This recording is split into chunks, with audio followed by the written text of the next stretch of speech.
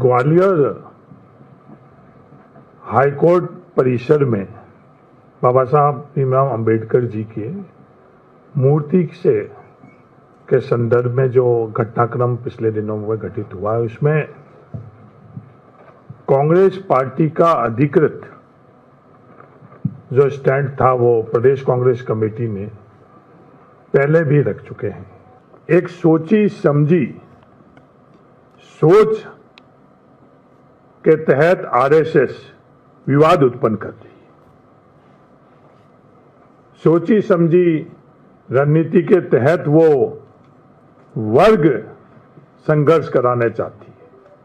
ये शुरू से उन लोगों की रणनीति रही है।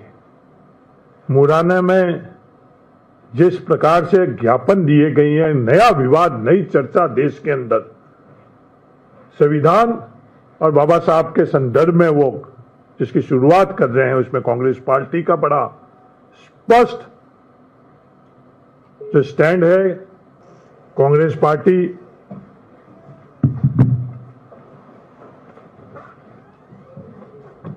ग्वालियर के हाईकोर्ट परिसर में लगने वाली मूर्ति के संदर्भ में जो भी बाधाएं आ रही है, उन बाधाओं को दूर करने के लिए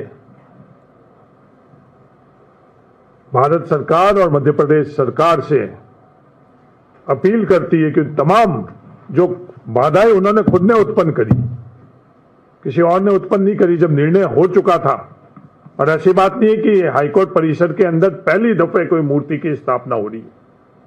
इससे पहले भी देश के हाईकोर्ट और सुप्रीम कोर्ट परिसर के अंदर मूर्ति स्थापित हो चुकी, पर सिर्फ विवाद उत्पन्न करने के लिए वर्ग संघर्ष कैसे रहे उत्पन्न हुई, उस मंशा से ये विवाद उन लोगों ने मूर्ति स्थापना को विवादों के अंदर घसीटा है।